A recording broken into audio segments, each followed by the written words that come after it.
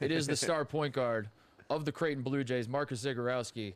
And Marcus, I want to just say this: the Creighton Bluejays are in the Sweet 16 for the first time since 1974. When you're on your recruiting trip and you're being shown all the great players that have been through there, all the great teams that have played in Omaha, and you hear those words out loud that this is the first time since 1974, what goes through your mind? It's just surreal. I just think, it just shows how much time we put into this season and just how much work we put in. And, I'm just so happy, to be able to be the first team, especially since, there's been so many great teams that have came through here. And, obviously, without those teams, there is no, Sweet 16 for us. So credit to them as well. Mm-hmm. And Marcus, I have to ask this because you guys, coming to this tournament, you get a very tough draw traditionally. You get a 5-12 game. That's always, people love the upset. You have a test against UCSB. Then you take on the Cinderella story in Ohio, and you guys are able to knock them out. Are you happy now to at least not be playing a Cinderella team and at least you can be the underdog and enjoy that experience finally? I try and approach every game, the same, especially in March Madness where, every team is able to beat you. But, obviously, everyone had us, losing that first game. And then, a lot of people had us losing, this next game. But, the key for me is just focus on, what I can control. And, that's my teammates and my coaching staff. Yeah, that is the desire is just treat every game the same. But coming up, you guys are now playing the team that has been ranked #1 in the country the entire season. They're undefeated. It is a team that most are expecting to win the national championship. Obviously, you said the first 2 rounds, maybe people didn't give you guys much of a shot. They're really not going to give you a shot in this one, Marcus. Is that something that I'm sure you guys are talking about going into this game? What is the vibe in the locker room? Is you try to treat every game the same, but this one has to feel a little different, doesn't it? Yeah, this one around is definitely different. Gonzaga is, they've been #1 the whole year. They're everyone has them winning the whole thing, and I'm just excited. And then for me, I'm just trying to, just tell my teammates and just make sure we're confident going into this game and believe we can win because I think we can win. Mm-hmm. And Marcus, I have to ask, just from the basketball, being in the controlled environment, whatever it is, whatever you want to call it, watching all the games, are you enjoying that? Because we've had some of the other guys come on and say, Corey Kispert told us, he was like, all I do is just watch the games in my downtime. Is that what you're doing as well? Or are you trying to do your best to play your game and then kind of just chill and stay out of all the other BS while you get ready for your next game? Yeah, I brought my Xbox. There you go. Playing that, playing that, Wi-Fi is pretty good, so that's good. And but yeah, I'll watch some games. I have some friends on other teams that are playing in this tournament as well, so I just watch them and support them. But yeah, I can't lie, it is pretty boring, but it's out of our control. Marcus, I'm sure you're aware of this. When you guys beat Ohio to advance to the Sweet 16, you played this game in Hinkle Fieldhouse. I believe this was your first win in Hinkle Fieldhouse. Were you aware of this before I brought this up? Yeah, I think it's Coach Mac's first win in Hinkle Fieldhouse. No, I'm just playing. But yeah, that was. I was aware of it. There were a lot of conversations about not being able to win there in the past. But I try not to get too in depth with that.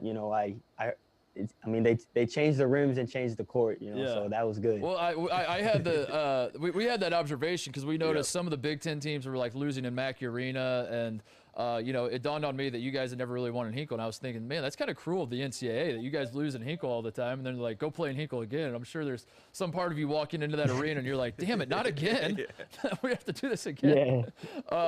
Yeah. Speaking of your run in the Big East, you guys in the Big East tournament, we'll say you laid an egg. We'll soften it. Yeah. We'll say just against Georgetown in the Big East title game, things did not go well.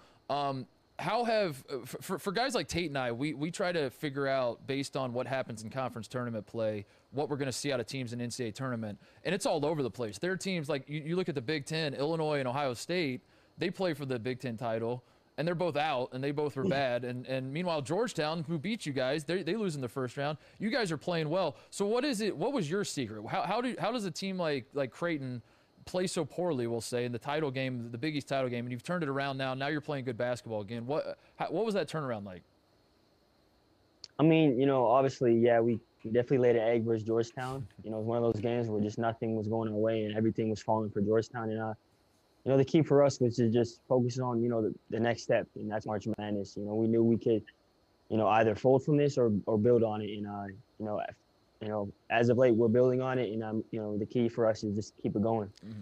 And Marcus, I've heard a lot of, some of the players, like some of the older players in this tournament have talked about trying to just get to the tournament, trying to get to this point in time, and then they were going to be, ready to turn it on. Was there a little bit of that with you? You guys are more of a veteran team a little bit where you're just like, I just want to get to March, and then we'll lock in, and then we'll go. Has it been a relief to finally get to this point?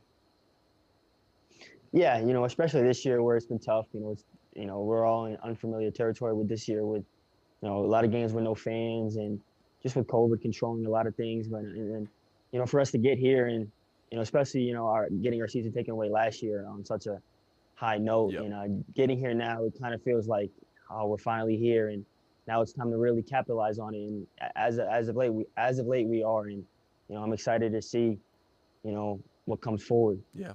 I got to ask you about one of your teammates because this is a man I've fallen in love with. His name is Mitch Ballack, and he will shoot from anywhere on the court. In fact, I want to show you something because I was watching this Seton Hall game, and I was just gobsmacked at what I saw, and I broke it down. So I want you to watch it. You weren't on the court for this, so I want to get your thoughts on this. I want to show you this, and then get your thoughts from what your perspective was. Do we have the clip? Right out of the gate, we have a horn set. He goes left, not a surprise, but holy we're putting him in the blender. Now, Ballack has a lot of options here. He could shoot it, but he's got a hand in his face. Probably not the smart play. Could dump it in, but that's only worth 2 points, and we're Creighton. We don't like that. We're going to swing it, throw it to the corner, drive and kick off the face. The whole reason we did all that is to get this ball right here in our leading scorer's hands. He's got the ball right there, enough space to make a play, a lot of options. Let's see what he decides. Oh, well... So when you see that, Marcus, you weren't on the court for that. You were on the bench for that. This is something that happens all the time. The Mitch just pulls from there. Have you ever been surprised by him? Has he ever shot? Have you ever been on a court with him? You pass him the ball and he shoots, and you're like, "Whoa, I didn't see that coming." No, he's been doing it since I've been in college. He works on it every day. Like I see it, after or after every practice, he just works on those half court shots. He shoots them deeper in practice.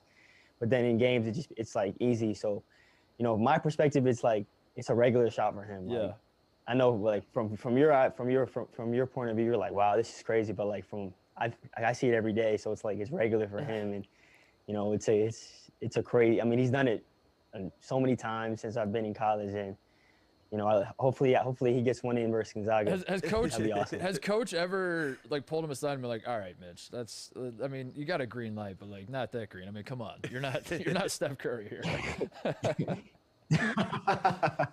Nah, he's never really said that because Wow. coach sees him work on it as well in practice. Yeah. So he's big. Well, if you work on it, you can do it in the game. Well, you have just inspired a generation of kids watching this that Yes. are like, all right, well, I guess I'm gonna go don't in the blame gym. Steph Curry.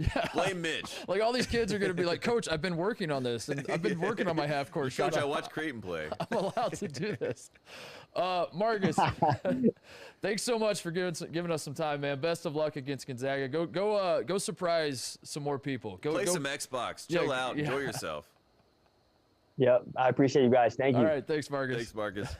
Hey there. Thanks for watching Titus and Tate. For the full friend of the program experience, subscribe right below and come join us for all things college basketball. The action is heating up. Come join Titus and Tate.